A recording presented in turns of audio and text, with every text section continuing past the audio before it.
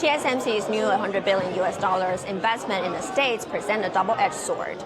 Some experts fear Taiwan will lose its protective silicon shield, while others see it as a necessary adaptation to an unpredictable Trump-influenced global economy.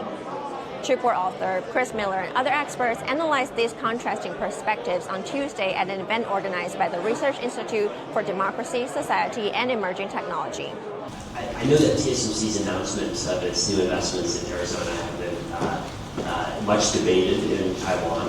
I think from the perspective of someone watching the press conference between C.C. Wei and President Trump in the United States, I will say that it came off as an extraordinary success. President Trump was very supportive of TSMC in his remarks, praised the company, praised its technology, praised its centrality to U.S. AI supply chains. I think all those are wins for TSMC. I think they're wins for the U.S.-Taiwan relationship as well. And so I do hope that the announcement does help to stabilize both TSMC's relationship with the U.S. government and bilateral ties. TSMC's market share is higher today than it was when Trump left office. It's higher than when Trump first took office. Because the rest of the world looked at Taiwan and says Taiwan's position is stronger than ever. And so I don't see a reason to think that those trends will dramatically change. Because the reason Taiwan's chip industry is so central in the world's supply chains is not because of any sort of political factor. It's because of technology leadership that other companies can't match. And so unless that dynamic changes, it seems to me that Taiwan's position when it comes to semiconductors will remain very strong like it is today.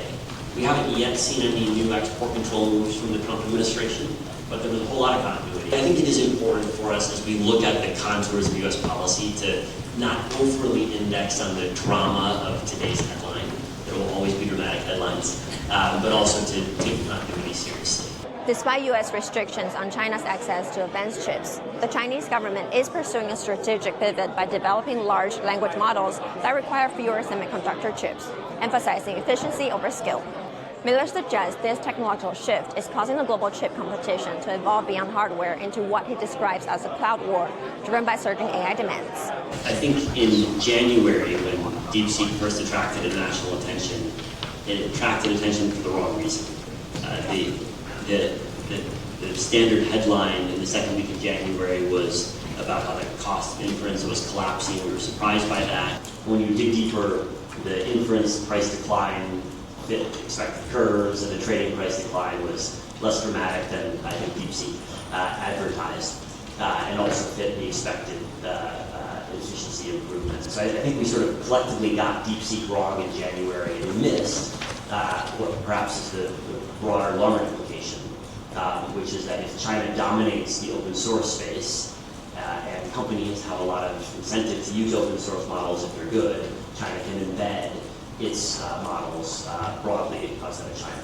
And I do think that there are real risks here. I think there's With Trump serving his second term over the next 4 years, Miller argues that Taiwan's supply chain continues to walk a geopolitical tightrope and play a critical role in national security issues within U.S.-Taiwan-China triangle. Although Taiwan's advanced chip production dominance will be hard to challenge in the coming years, geopolitical dynamics, domestic pressures for talent acquisition, and resource procurement remain pressing issues. This is Isabel Wang in Taipei for TVBS World Taiwan.